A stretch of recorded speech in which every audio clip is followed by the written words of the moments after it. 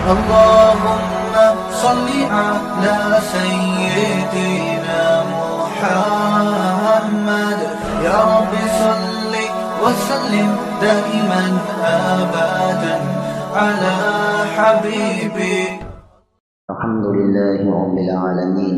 والصلاة والسلام على سيد الأنبياء والمرسلين محمد وعلى آله وأصحابه أجمعين. أما بعد، فأعوذ بالله من الشيطان الرجيم.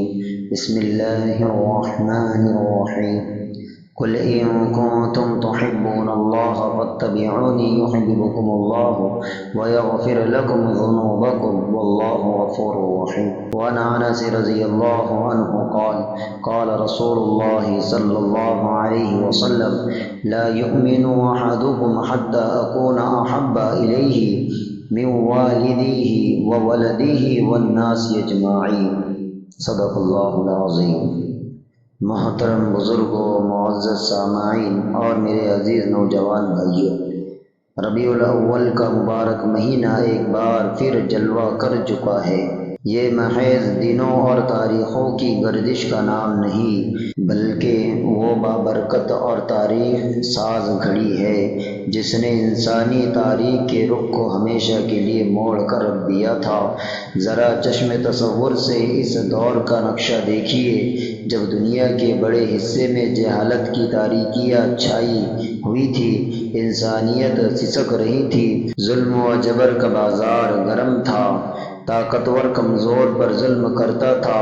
اور انسان اپنے ہی ہاتھوں تراشے ہوئے پتھروں کے سامنے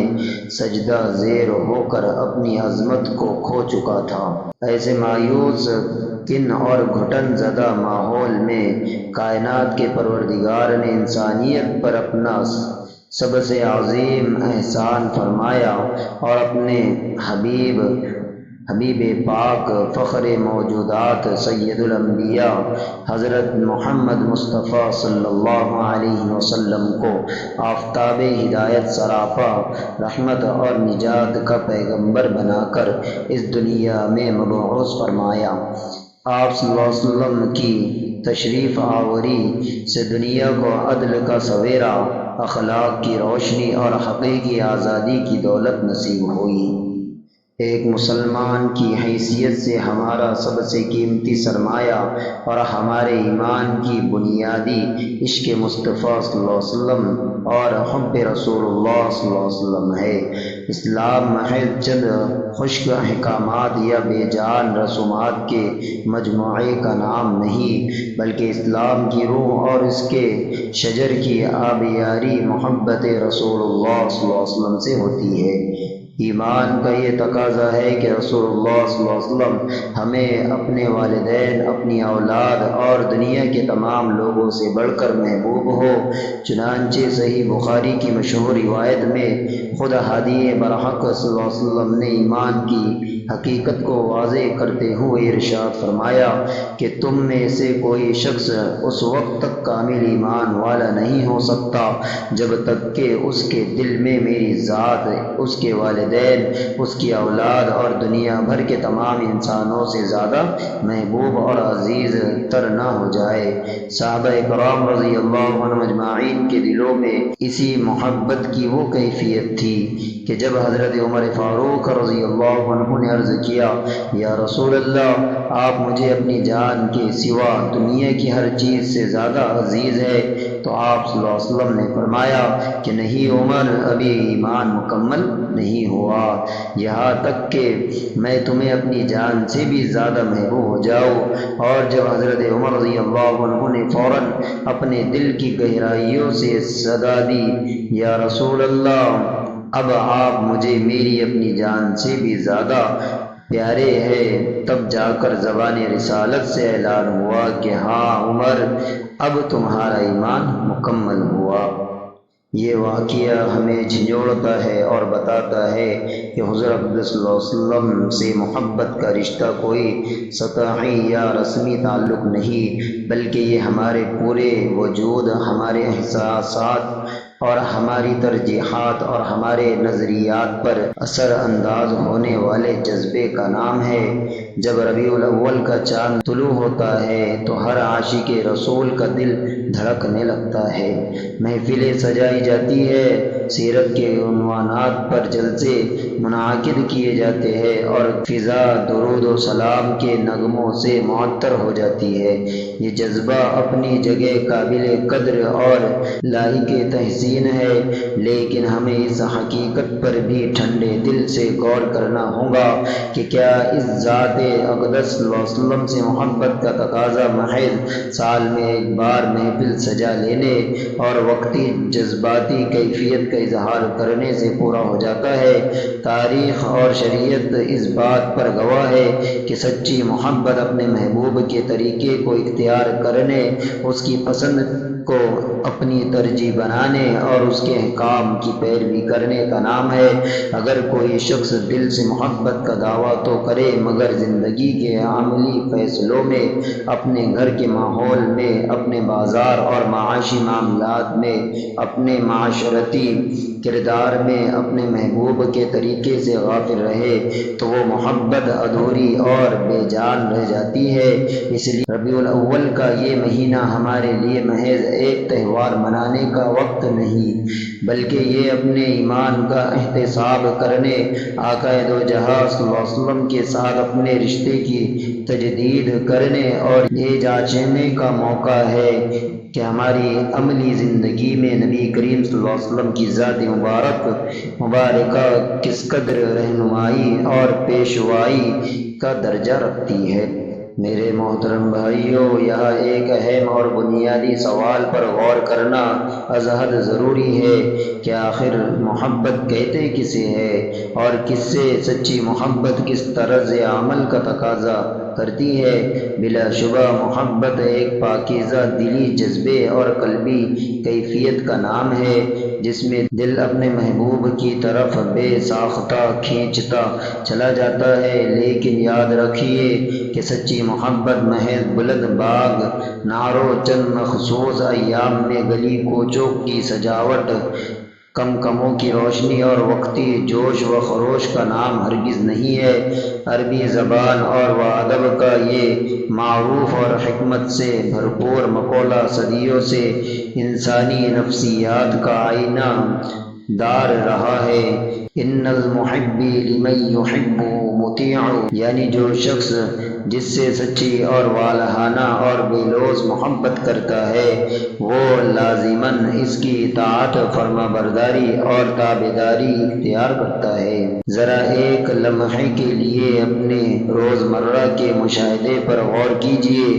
کہ اگر کوئی بیٹا محفلوں میں کھڑے ہو کر اپنے باپ کی عظمت کے گن گائے، اس کی تعریف میں زمین و آسمان کے کلبے ملائے، مگر عملی زندگی میں اپنے باپ کے ہر حکم کو پاؤں تلے روند ڈالے، اس کی نصیحتوں کا مذاق اڑائے اور اس کے فرمانوں کی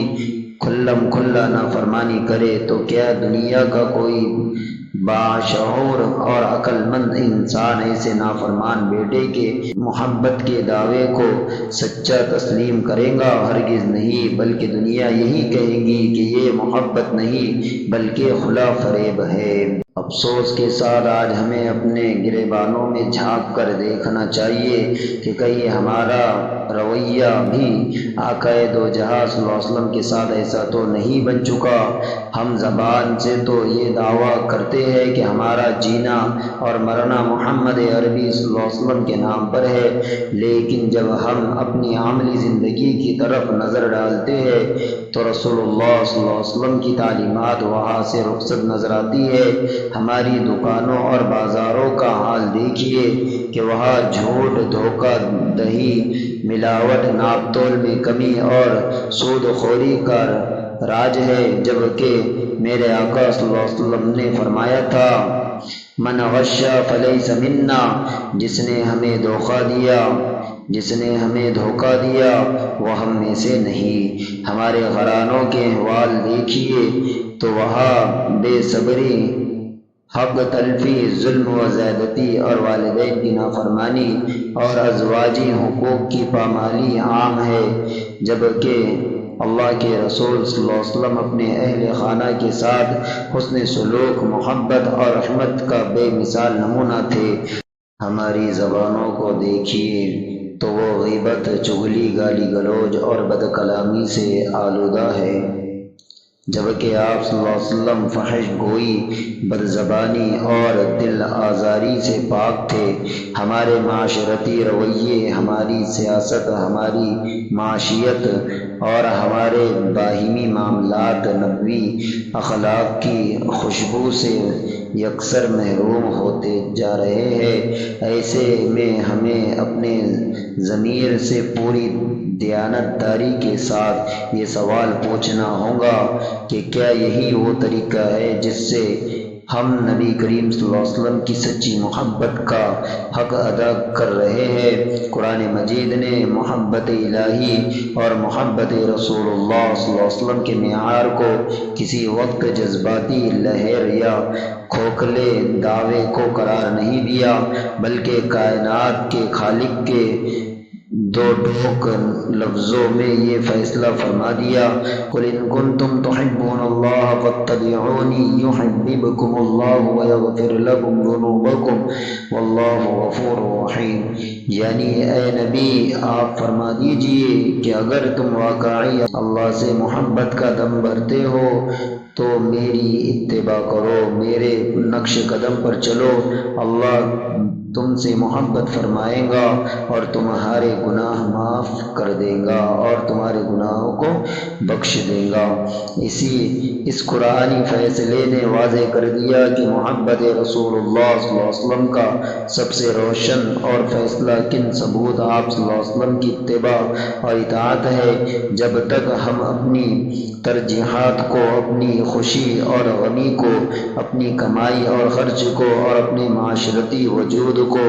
حضور صلی اللہ علیہ وسلم کی تعلیمات کے تابع نہیں کر دیتے، اس وقت تک ہمارا دعویٰ عشق مصطفیٰ صلی اللہ علیہ وسلم حقیقت کے معیار پر پورا نہیں اتر سکتا۔ اللہ تعالی ہم تمام کو کئی سنی باتوں پر عمل کرنے کی توفیق عطا فرمائے۔ وآخر دعوانا الحمد للہ رب العالمین۔